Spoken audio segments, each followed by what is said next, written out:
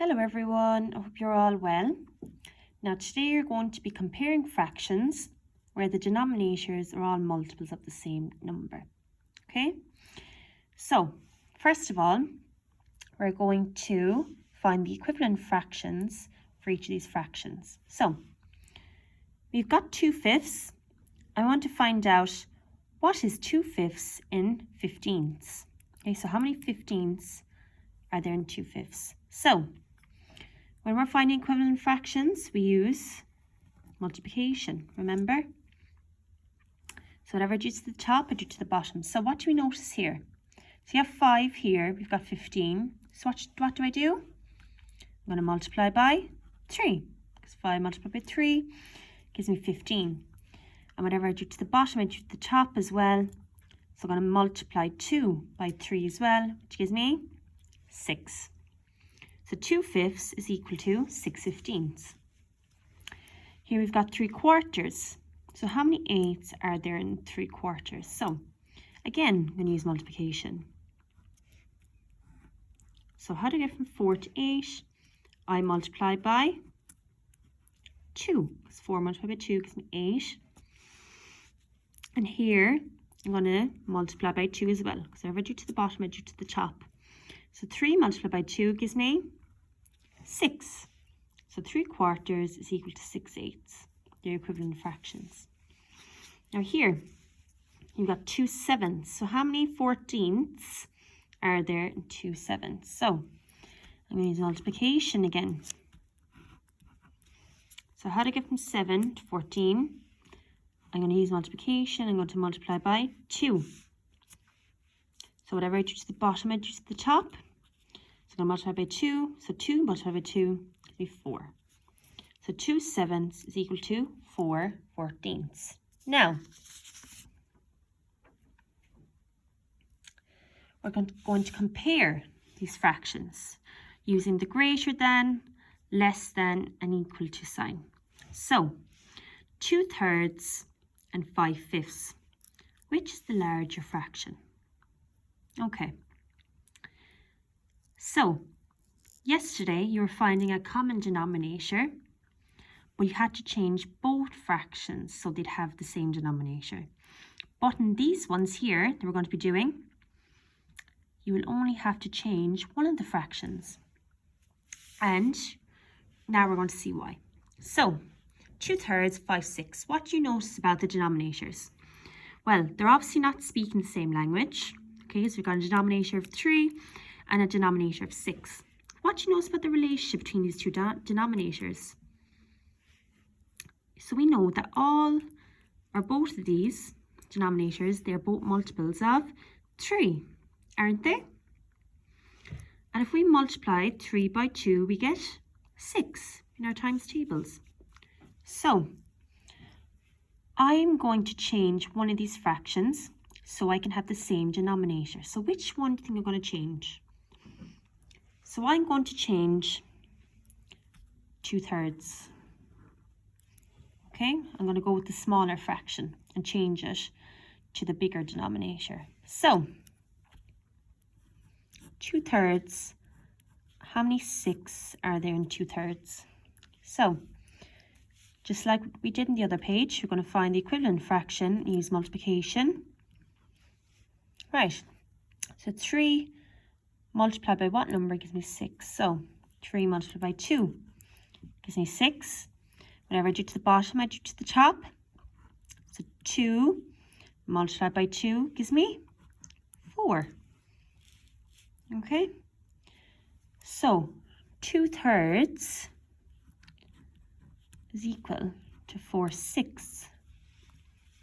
Now, what do I have? I now have the same denominator. I've changed 2/3 and found the equivalent fraction in 6. So I now have the same denominator. So this is really going to help me here decide which is the larger fraction. So is 5/6 or is 4/6, which is bigger? Clearly 5/6 is bigger. So that tells me that 2/3 is less than 5/6. because 2/3 we change to 4/6, and that is less than 5/6. So 2/3 is less than 5/6. So we only had to change one fraction. Okay, now here we've got 2/5 and 13/20. Right. So again, we'll look at the denominators and see if they're speaking the same language. So they're not speaking the same language because you've got 5 here and 20 here. So 5ths and 20ths. Now, what do you notice about the two denominators? Have you got anything in common? Have they any relationship between each other? Now we know that these two denominators, they're both multiples of 5. Okay, they're both multiples of 5. And 20 is in the 5 times tables as well as 5. So we're going to change one of these fractions so we can have the same denominator. So which one will we change? I think we're going to change this one, the smaller fraction. We're going to change the smaller fraction to the bigger denominator. So I'm going to find out how many 20ths are there in 2/5. Right, so remember I'm going to use multiplication. So 5 multiplied by what number gives me 20. So another 5 multiplied by 4 gives me 20. Whatever I do to the bottom, I do to the top as well. So it's going to be 2 multiplied by 4, which gives me 8. So 2/5 is equal to 8/20. Okay, right. So 2/5 is 8/20. So 8/20, 13/20. Which is the bigger fraction? So you can clearly see that 13/20 is the bigger fraction. So that tells me that 2/5 is less than 13/20. So again, I only had to change one fraction, okay, to find out to have the same denominator. Right, one last example. So you've got 12/15 and 3/5. So again, I want to find out which is the bigger fraction. So what do you notice about the two denominators? So obviously they're not the same. They're not speaking the same language, but we want them to speak the same language. So 15 and 5, what do you notice? What is the relationship between them? So we know that both of them are multiples of 5, aren't they? They're all in the 5 times tables.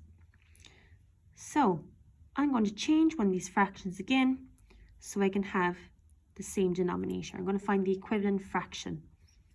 Okay, so which one will I change? I think I'm going to change 3/5, the smaller fraction. It makes it easier to change to the bigger denominator when I'm using multiplication. So 3/5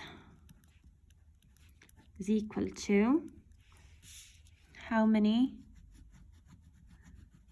15ths? Right, I'm going to use multiplication again. So 5 multiplied by what number gives me 15? So 5 multiplied by 3 gives me 15. Whatever I do to the bottom, I do to the top as well. So 3 multiplied by 3 gives me 9. 9/15. So 3/5 is equal to 9/15. Now, I've got the same denominator. 9/15, 12/15. Which is the bigger fraction? So clearly 12/15 is the bigger fraction. So that tells you that 12/15 is greater than 3/5. So remember, when the denominators, if they're all multiples of the same number, so like here, 15 and 5, they're all multiples of 5, you only change one fraction.